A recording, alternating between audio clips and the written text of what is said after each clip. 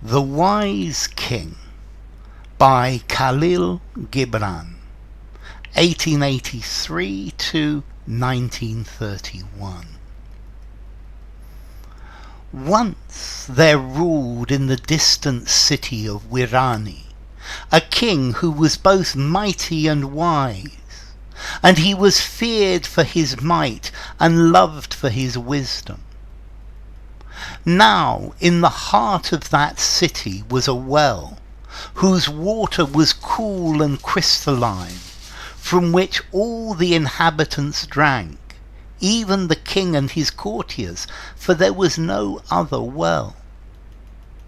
One night, when all were asleep, a witch entered the city and poured 7 drops of a strange liquid into the well and said, "From this hour he who drinks this water shall become mad."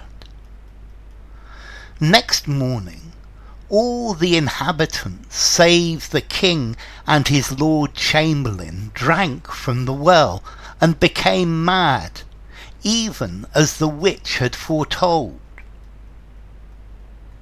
And during that day the people in the narrow streets and in the marketplaces did naught but whisper to one another, "The king is mad. Our king and his lord chamberlain have lost their reason. Surely we cannot be ruled by a mad king. We must dethrone him." That evening the king ordered a golden goblet to be filled from the well, and when it was brought to him he drank deeply and gave it to his lord chamberlain to drink. And there was great rejoicing in that distant city of Wirani, because its king and its lord chamberlain had regained their reason. Okay, this is a story, a parable by Kahlil Gibran. Now let's see, Kahlil Gibran was born in the Lebanon in a place called Bshari, and when he was about 7 or 8 years old his family moved to the United States. His family were Maronite Christians. These are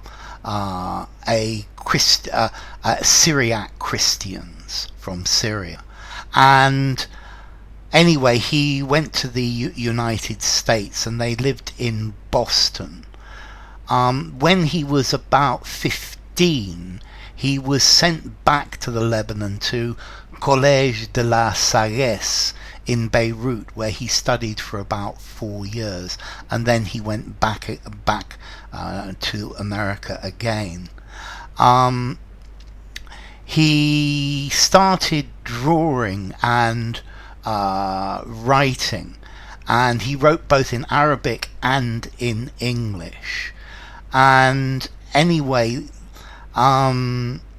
he was then sent to Paris to study art for a couple of years, and he is a very, very good and very clever writer, a romantic in his own way.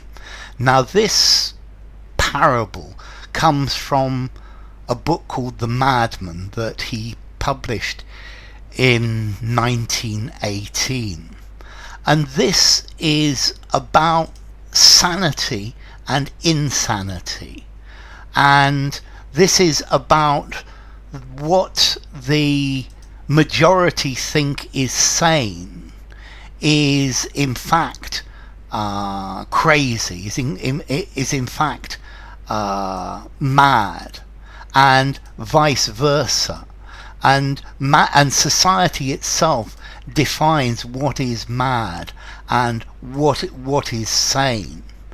And it's saying that what the general majority believe makes sense, is sensible, and it's impossible to live in a world where you don't agree with the status quo of what is mad and what is crazy and what is sane. This is about madness and conformity, and it reminds me very, very clearly of a poem called "Much Madness is Divinest Sense" by Emily Dickinson. Much madness is divinest sense to a discerning eye. Much sense the starkest madness. 'Tis the majority in this as all prevail. Assent, and you are sane. Demur, and you're straightway dangerous and handled with a chain. So in this parable we have this city, Wirani, where the king is loved and his minister are loved, and he is strong and people think he's wonderful. And there's a well in this city, and there's cool crystalline water, and everybody drinks from this well because it's the only well there is. And one night a witch comes and she puts poison in the well, and the witch says anybody who drinks from this well will become mad. And the next day everybody goes to the well and drinks. That is, except the king and his lord chamberlain. So everybody goes mad, as the witch foretold, as the witch predicted. And during that day, people were whispering to each other, the king and the minister, they've gone mad. The king and his lord chamberlain, they've lost their minds. So in this, if you don't agree with the status quo of what is mad and what is sane, then you are mad. If you don't go with what the majority say, then you are to be chained up. And the people said, we can't be ruled by a mad king. We can't have a mad king. Yeah, we've got to get rid of him. So that evening the king orders a big cup, a goblet, to be filled with water, and he and the chamberlain drink. And they all lived happily ever after, because the people then said, but now that the king and his chamberlain, they are sane, they are no longer mad, they are like us. And it's talking about conformity and madness, and what is conformity and what is madness, and it makes us think about the difference between the two.